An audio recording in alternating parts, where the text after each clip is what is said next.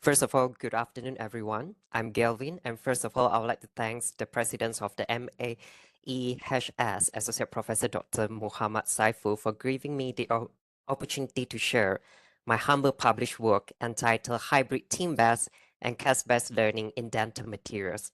Does it work? You might be wondering why such a topic. Well, allow me to take you on a journey into the world of dental education and reveal how we can make learning dental materials more engaging and effective. To start off, maybe I would like to talk about a little bit about dental education in Malaysia.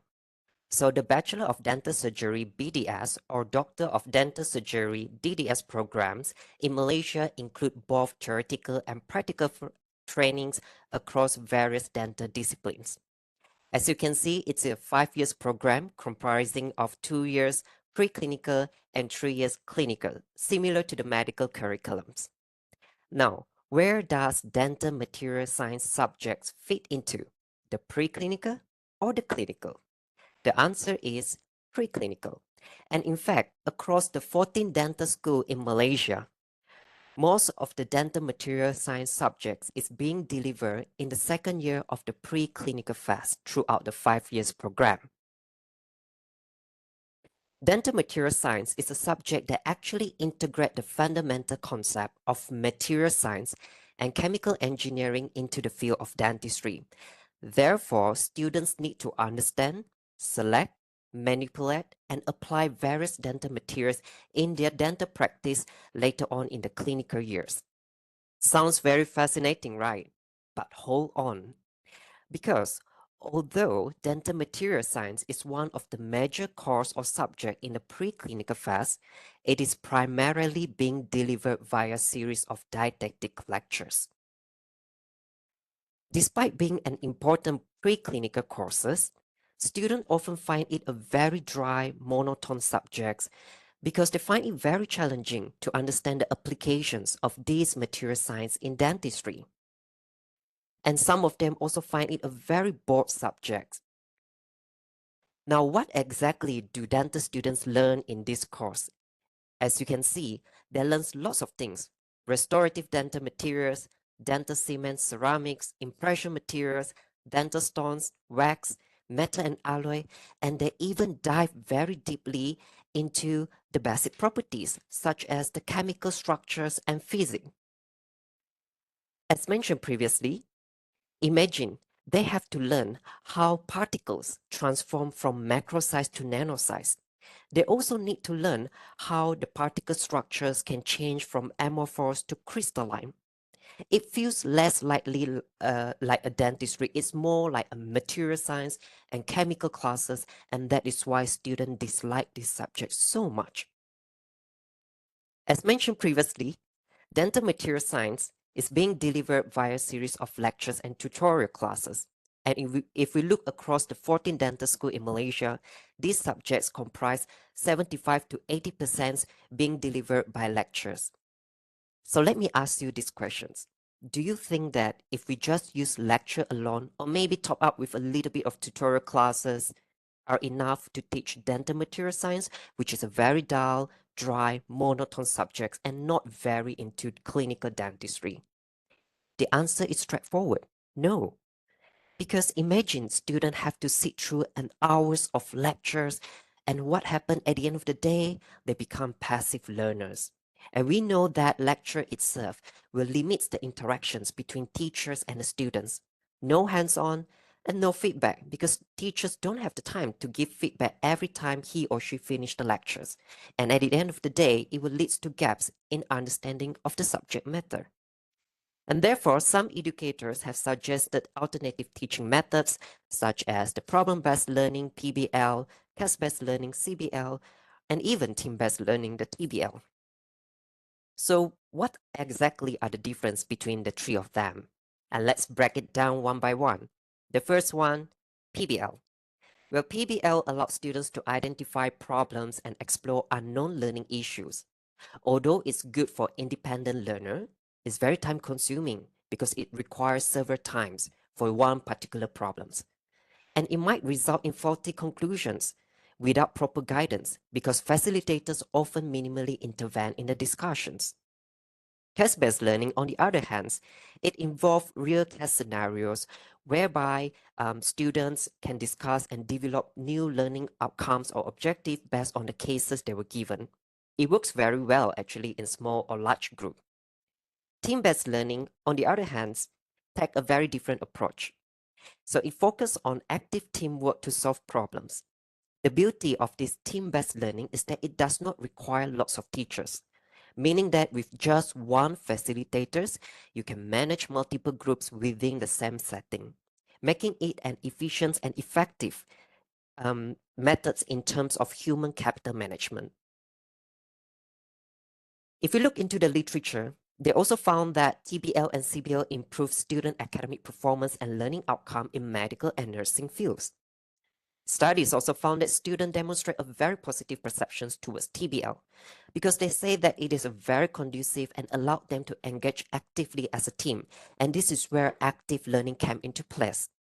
Apart from that, we also found that there are one studies which attempt to combine TBL and CBL in the teaching of oral maxillofacial radiology subjects, and students feel very engaged. But oral maxillofacial radiology is a clinical subject, not like the dental material science, which is the preclinical subjects. So the big questions here is, does combining TBL and CBL work well in teaching dental materials? Before we dive into the methodology, allow me to share the theoretical framework underpin our studies. First is the social learning theories proposed by Albert Bandura. This theory emphasized that learning through observations, imitations, and modeling. So the team-based component in our hybrid TBLs will allow students to learn from their peers through group interactions and discussions. The second one is the self-determination theories, which is one of the theories that I like the most because it focuses on motivations. This theory proposed that a certain degree of autonomy, competence, and relatedness are essential for effective learning. So the hybrid TBL-CBL model will provide these through collaborative team interactions. And therefore, by integrating these theories, we aim to create a dynamic and engaging learning environment for our students. Moving to the methodology, this studies was conducted back then in 2022 at the Faculty of Dentistry, AMS University, Malaysia. After ethical approval was granted, we include all Year 2 Bachelor of Dental Surgery BDS students into the studies. Now, before we explain further, I would like to share with you how does the Dental Material Science course happens in the Faculty of Dentistry, AMS University. It was delivered in the second year, which is the preclinical phase. As you can see, in one academic year, we have 2 semesters, semester 1 and semester 2, and each semester have 2 modules.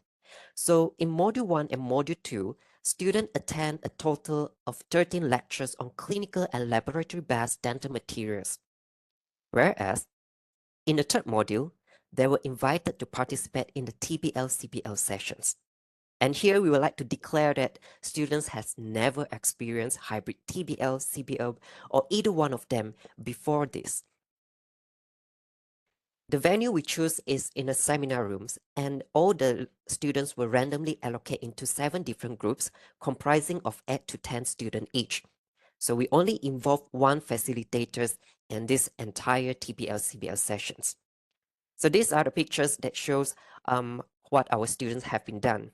As you can see, although we choose the seminar rooms, but we provide flexibility for our students to choose whichever location they want, but within the same setting.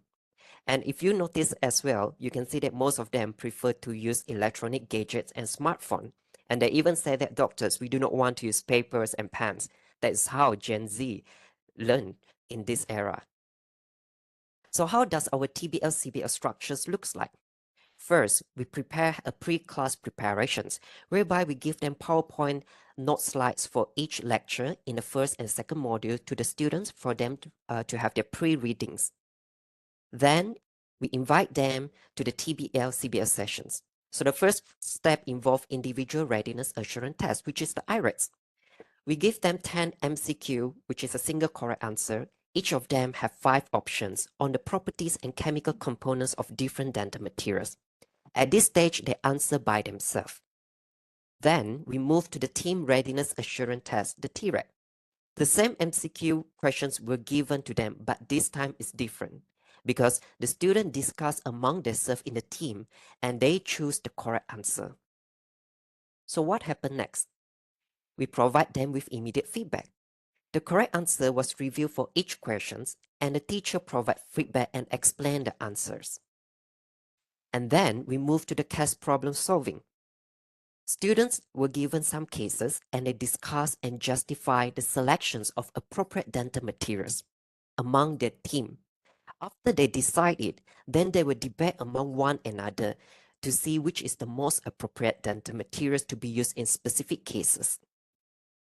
And lastly, before we end the TBL-CBL sessions, we have these reflective components whereby students recall back what they have learned throughout the sessions and consider how they could improve in the future.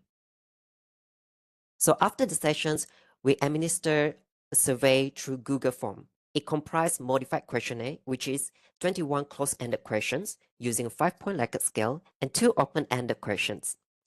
So the closed-ended questions comprise of 4 domains, which evaluate the perceptions towards the effectiveness of the TBL-CBL, perceptions towards the teacher, perceptions towards the learning environments, and perceptions towards team interactions. 2 experts performed the content validations, and the Cronbach alpha value was more than 0.7, suggesting acceptable internal reliability. We even expand our study to evaluate the academic performance after the implementations of TBL-CBL.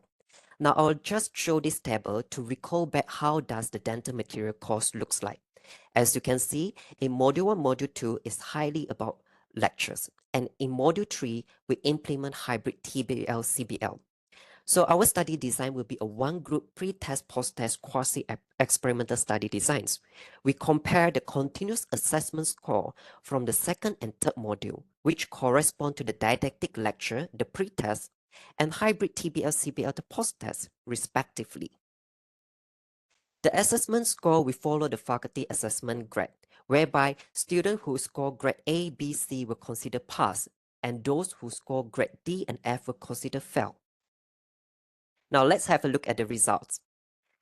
So first of all, it's about the demographic. Majority of our students were female and minority were male.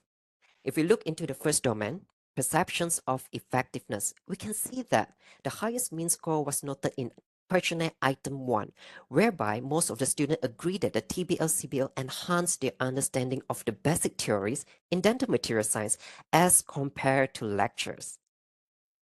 Meanwhile, the second domain, perceptions of teachers. Most of the students agree that their teacher interact with them more frequently as compared to lectures, and that's the beauty of TBL-CBL as compared to lectures. The third domain is the perceptions of learning environments.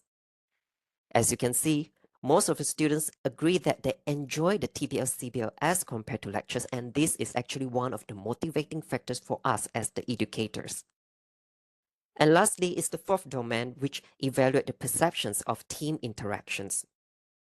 Most of the students agree that their team members motivate them in learning dental material science subjects. This is a reverse scoring, and this corroborates with our theoretical framework, which is the self-determination theories, highlighting motivation is one of the key factors in effective learning. We also have open-ended questions. As you can see, the first open-ended question is, what do you think worked well in the TBL-CBL sessions? Students like these team interactions and group discussion because they feel that the interaction and teamwork during the TBL-CBL spark different ideas, promote critical thinking, and allowed them to gain different perspective. They also realize that they can identify their weakness in dental material science subjects, which is something that is very wonderful as compared to lectures or even tutorial. The second open-ended question is, what changes will you propose to improve the sessions? Well, in terms of proposed change, we can see that most of the students wish that the venue could be improved in the future with a larger learning space. Now let's look at the student academic performance. We can see that there's a significant increase from the pre-test score, which is 61.9% to 67.4% after implementations of hybrid TBL-CBL.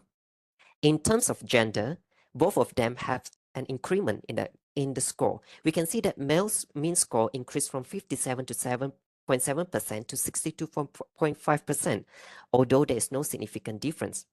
But in the female, it's different because we can see that the mean score increased significantly from 63.4% to 69.1%. This diagram shows the grade obtained by our students. The dark blue is when the didactic lectures, whereas the green is the implementations of hybrid TBL-CBL. Surprisingly, 13 students who initially failed, they passed after implementations of the hybrid TBL-CBL, and that's a wonderful finding. Students obtaining a grade A also increased from 8.1% to 20.3%, and students obtaining grade B and F, which is fail, decreased from 23% to 6.7%. So in a nutshell, what can we learn from this? The hybrid TBL-CBL improves student academic performance as compared to lectures. And this hybrid TBL-CBL benefit female students more than male.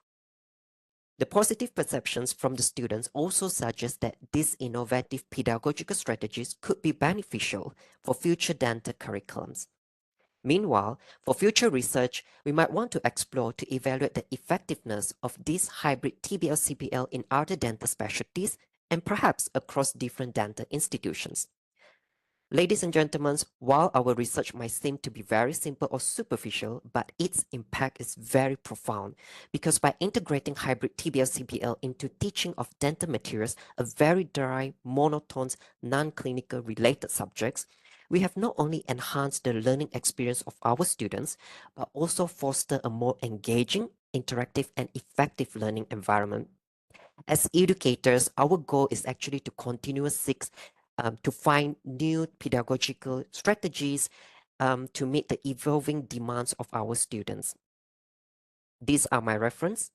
And if you have any questions, please do not hesitate to ask or drop an email for for future collaborations. In addition, I also invite all of you to scan the QR codes on the right side to read on our published work published at the Asia Pacific Scholar Journal and the European Journal of Dental Education.